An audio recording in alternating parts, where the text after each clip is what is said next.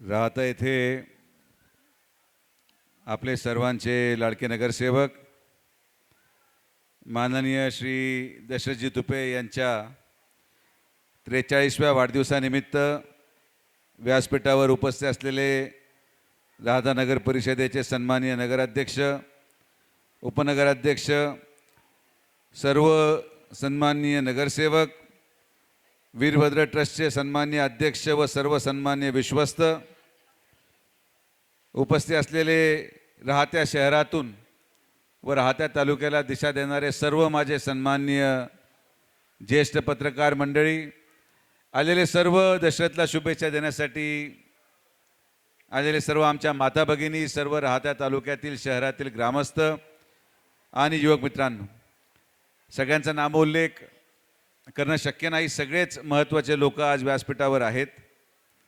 सर्वात प्रथम मी आमच्या विखे पाटील परिवाराच्या वतीने माननीय दशरथ तुपे यांना त्यांच्या वाढदिवसाच्या निमित्ताने लाख लाख शुभेच्छा देतो. खरं मी कोणाच्या वाढदिवसाला सहसा जातही नाही आणि मी माझ्या प्रत्येक नगरसेवकाला सांगितलं आहे, जो त्याच्या वाढदिवसाला संपूर्ण कार्यकर्त्यांना आणि मतदारांना जीव घालेल त्याच्या वाढदिवसाला मी येईल. आमच्याकडे एक सिस्टम अशी आहे की प्रत्येक जणाला अपेक्षा आहे की मी जेवायला आलं पाहिजे आणि मग मी त्याला विचारतो किती लोकांचं जेवण आहे, तर तो व्यक्ती म्हणतो काय नाही आपलंच आहे दादा 5-6 लोकांचं. माझ्या घरी किराणा आपोआप पोहोचतो, मला जेवायची किंबहुना कोणाकडे जायची आवश्यकता सहसा भासत नाही. आणि म्हणून मी प्रत्येक नगरसेवकाला सांगतो, नगराध्यक्षासहित, की तुम्ही वाढदिवस साजरा करा, तुमचा प्रभागातला प्रत्येक घरात निरोप देऊन लोकांना बोलवा, जीव घाला. सुजय विखे पहिल्या रांगेत तुमच्या वाढदिवसाला हजर असेल हे पण तुम्हाला त्या ठिकाणी आवर्जून सांगेल. निदान या निमित्ताने जनमानसाच्या प्रती नगरसेवकांनी आपली भावना व्यक्त केली पाहिजे. प्रत्येक ठिकाणी आपल्याला जाणं शक्य होत नाही, प्रत्येक ठिकाणी प्रत्येक व्यक्तीला भेटणं शक्य होत नाही, पण निश्चित या वाढदिवसानिमित्त दशरथच्या बाबतीत माननीय सतीशजींनी त्यांच्या भाषणात सांगितलं, स्वाधींनी सांगितलं की दशरथ हा कधी नगरसेवक नव्हताच. दशरथ हा सुरुवातीला आणि शेवटच्या श्वासापर्यंत माझ्यासाठी सर्वसामान्य कार्यकर्ताच आहे आणि तो त्याच भूमिकेत राहणार. स्वाधींनी हा प्रश्न नेहमी विचारलेला आहे की दादा तो इकडे जातो तिकडे जातो नेमकी काय आहे. आणि जसं त्यांनी सांगितलं की मला विषबाधा झाली तर मग काय, शेवटी विषबाधा जिकडून होणार आहे त्या विषावर उपचार काय हे माहिती काढून आणण्यासाठी आपण माणूस तिकडे ठेवलेला. हे वर्तमान काळातलं रामायण आहे, हे प्राचीन काळातलं रामायण नाही. प्राचीन काळातल्या रामायणामध्ये प्रभू श्री रामाकडे विभीषण होते आणि विभीषण सगळं सांगायचे की नेमकी प्रत्येक कुठल्या वारावर काय उपचार आहे.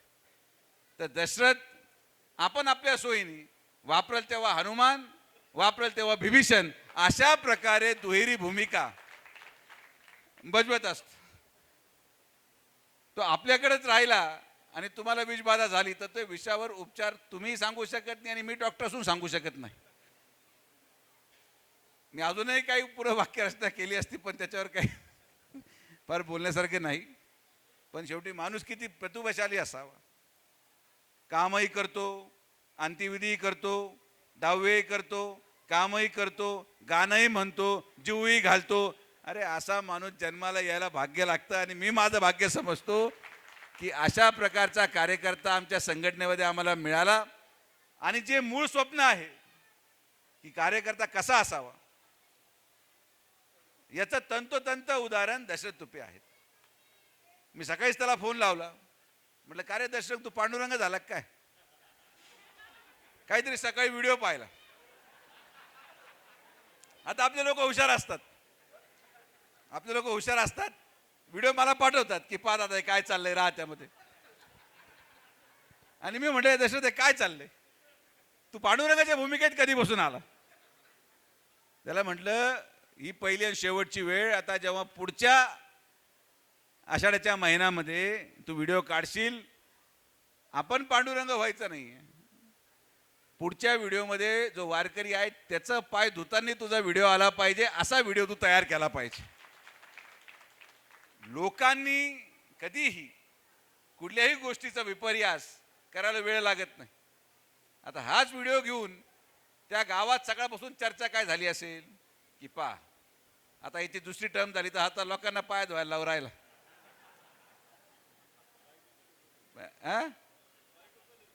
बायको पण आहे, बरोबर जोडी आहे.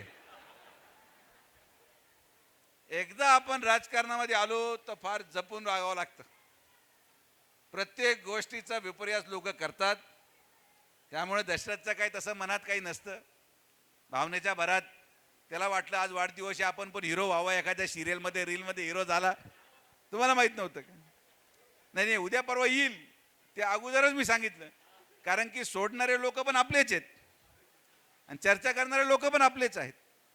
तर मी म्हणून अगोदर त्या गोष्टीचा विषय क्लिअर करून टाकला, म्हणजे परत त्याच्यावर चर्चा होणार नाही. आज वेळ भरपूर झालाय.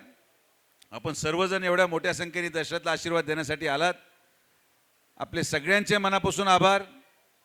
राहत्या शहरामध्ये आपण जो विश्वास माननीय नामदार राधाकृष्ण विखे पाटील साहेबांच्या नेतृत्वावर दाखवला, जो विश्वास या व्यासपीठावर बसलेल्या प्रत्येक नगरसेवकावर दाखवला, त्या विश्वासाला सार्थ धरेल असंच काम ही नगरपालिका, हे नगरसेवक, नगराध्यक्ष आणि निवडून गेलेला प्रत्येक लोकप्रतिनिधी करेल. येणाऱ्या कालावधीमध्ये राहता हा अभूतपूर्व विकासाकडे वाटचाल करत आहे आणि यापुढे देखील राहत्या शहराचा निरंतर विकास दशरथ, हे सर्व नगरसेवक आणि नगराध्यक्ष आणि माननीय मुख्य कार्यकारी अधिकारी लोंढे साहेब, त्यांचं नाव घ्यायचं राहिलं, पण त्यांनी अतिशय उत्कृष्ट कारभार या कालावधीमध्ये केला. तर आम्ही सगळे मिळून आपल्या सेवेसाठी कटिबद्ध आहोत. आपल्या सेवेसाठी आम्ही रात्रंदिवस काम करणार आहोत. तुम्ही निश्चिंत राहा. आपण या तालुक्याला एक वेगळ्या उंचीवर नेऊन ठेवू. बाकी काय वर्तमानपत्रामध्ये येतं, काय तुम्हाला वाचायला मिळतं, काय कोण बोलतं, काय कोण कुरगुडी करतं, याच्यावर फार विचार करू नका. जोपर्यंत तुम्ही आमच्याबरोबर आहात, जोपर्यंत तुमचं प्रेम आमच्याबरोबर आहे, जोपर्यंत तुमचा आशीर्वाद आमच्याबरोबर आहे, आमचं कोणीही काही वाकडं करू शकत नाही. हीच भूमिका आमची कायम राहिलेली आहे. अशाच आशीर्वाद आणि प्रेम आमच्या लोकांवर, आमच्या पदाधिकाऱ्यांवर, माझ्यावर आपण कायम ठेवा. आम्ही आपल्या सेवेसाठी तत्पर आहोत. सदैव आपल्या सेवेसाठी हजर राहू हा विश्वास व्यक्त करतो. परत एकदा आपण सर्वजण मोठ्या संख्येने आलात. सगळ्यांचे मनापासून आभार. माझं भाषण झाल्यानंतर मी फक्त त्या गेटनी उतरून पळून जाणार आहे. मी 9:20 माझ्या मुलीला पिक्चरचा शब्द देऊन आलेलो आहे. तर मला पिक्चरला जाऊ द्या. मी कौटुंबिक माणूस झालोय. राजकारण सगळं झालं, मी थकलोय, आता परिवाराला वेळ द्यायला लागलोय. तर उद्या मुलीला शाळेला सुट्टी असल्यामुळं आज रात्री 9:30चा शो आहे. 9:20ला मला पोचायचं आहे. गाडीत माझा जेवणाचा डब्बा आहे. मी डब्बा खात खात जाईल. आणि सांगायला हरकत नाही, डब्यामध्ये बिर्याणी असल्यामुळे मी इथं उघडू शकत नाही. तर त्यामुळे आपण सगळेजण आलात. बाकी सगळ्यांची जेवणाची व्यवस्था इथंच आहे. माझ्या डब्यामध्ये बाकी कोणी जेवू शकत नाही. तर जेवणाची व्यवस्था दशरथनी सगळ्यांची इथंच केली आहे. तर आपण सगळ्यांनी दशरथच्या जेवणाचा आस्वाद घ्यावा. आणि रविवारी साधारण 4 वाजता मी राहता नगर परिषदेच्या इमारतीमध्ये असेल. ज्याला कोणाला काही काम असेल तुम्ही तिथं येऊन मला भेटू शकतात. मी तुमचं काम करून देईल. सगळे आल्याबद्दल पुनश्च एकदा मनापासून धन्यवाद. जय हिंद, जय महाराष्ट्र, जय श्रीराम. दादा अगदी मनापासून धन्यवाद.